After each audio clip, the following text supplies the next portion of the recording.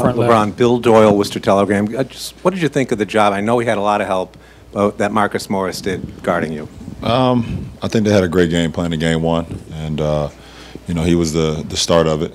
You know, he was my matchup, and I think, you know, they did a great job of communicating throughout the whole game. You know, knowing where I was, knowing where our teammates was, and you know, Brad and the coaching staff did a great job in game one, and you know, you commend that, and you know, we have an opportunity to look at a lot of film tomorrow, see ways they was making us uncomfortable, making myself, you know, off balance, and not have a rhythm all game. So you know, we'd be much better in game two.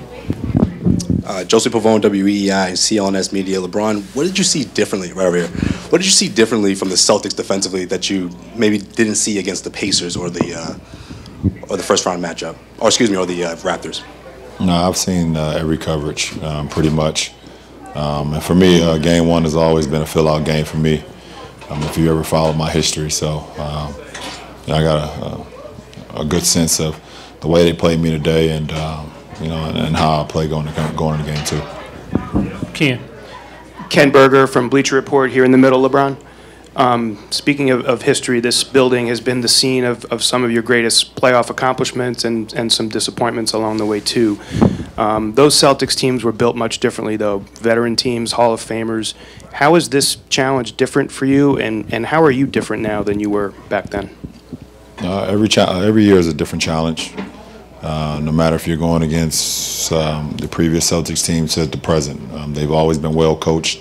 They've always had multiple guys on the floor that can do multiple things, and they've always had two-way players. So that challenge has never, yeah, it's not like it's been different. You know, it's always been that same challenge. And, you know, for me as an individual, I just try to continue to get better every year to put myself in a position where I can be successful. Front row, Dave. David McMenamin, ESPN. LeBron, you guys started off 0 for 14 from 3. When you're having a game like that, do you think that you and your teammates can feel the misses going into the next shot? And what do you feel about three-point shots moving forward in this series for you guys as a team?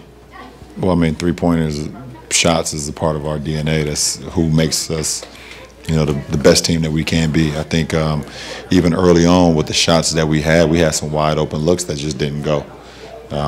You know, I think in the first quarter, JR and Kev, G Hill, they had some great looks that just didn't go, and we're okay with that. We're absolutely okay with that, and we're going to take those same looks going into game two if the opportunity presents itself. Right side, Steve. LeBron, Steve Belpat, Boston Herald. They had guys they were putting on you initially on any given possession, but you seem to be able to get the switch to a different guy pretty quickly off that. Do you think you exploited that switch enough to get, you know, getting the secondary guy on you? Well, like I said, I'm getting an opportunity to break down the film tonight and tomorrow and see ways we can be better with, you know, offensively to have us a much more of a better rhythm. Joe. Joe Varden, Cleveland.com. LeBron, do you come out of this one thinking the Cavs need to adjust? Well, I mean, you definitely have to adjust. That's what part of a playoff series is about. You know, the team adjusting from game to game and seeing ways you could be better. So, I mean, I think that's an obvious question. But you were talking about how the 3 is part of your DNA. You could change a lineup and go with a much different look. You could have Tristan in the front court, which would change matchups. Did you see enough in one game to want to go in that direction, or do you stay with what got you here? Well, I mean, you're asking a tactical question as far as something I can't control. That would be a Coach Lou question if he's want to change the lineup or not. I think our coaching staff will give us the best game plan to go out and win no matter who's in the starting lineup going to game two. The three-point shot has been always a big part since we pretty much assembled this team 4 years ago.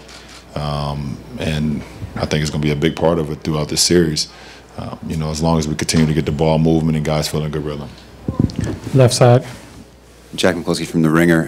How Al Horford made a couple of plays in that early run for them. How important was that to setting the tone for this game? No, I think it started from their momentum and what they wanted to do started from the tip ball. You know, Horford tipped it right to Jaylen Brown, and it looked like we had 2 on him, and next thing you know, he's getting a layup, you know, right off the tip.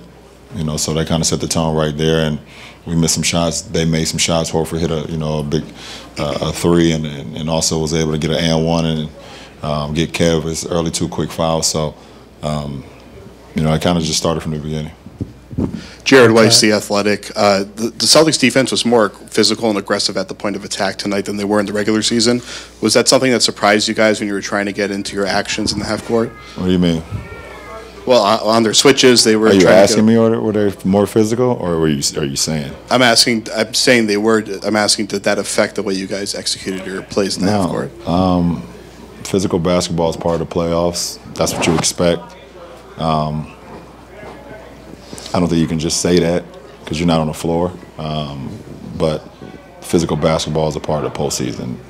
So, it's easy to make a narrative when you win or lose to say, okay, you guys play bad offensively and you lost, and then you win, you're like, oh, you played better. So, physical basketball started from game one in the Indiana series when Indiana punched us in the mouth too in game one.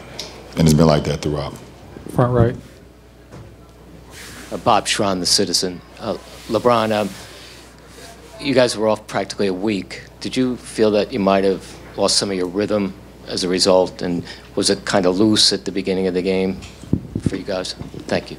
No, I don't think so. I thought offensively we got to where we wanted to get to, but they also, shut off a few things that we wanted to, do as well. But I don't think it was a rhythm thing. I think we had some really good looks. We've been off before in previous years where we had, weeks and weeks and a half, week and a half. So that has nothing to do with it. At the end of the day, you play the game when the schedule comes out and you get ready to go. Go with our last two, Marla up front and then Steve. Marla Ridenour, Akron Beacon Journal. When the start of the fourth, I think they cut it to 14. Do you have any idea what, I think they scored 7 quick ones. Anything, what happened there? What happened? We ran them, the first possession, we ran them down all the way to 2 on the shot clock. Marcus Morris missed a jump shot, followed it up. They got a dunk.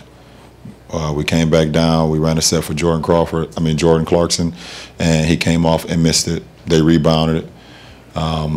And we came back on the defensive end, and we got a stop. They took it out on the sideline.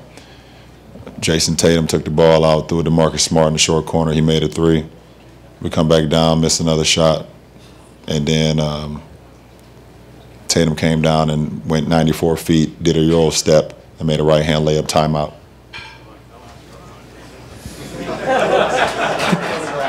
There you go.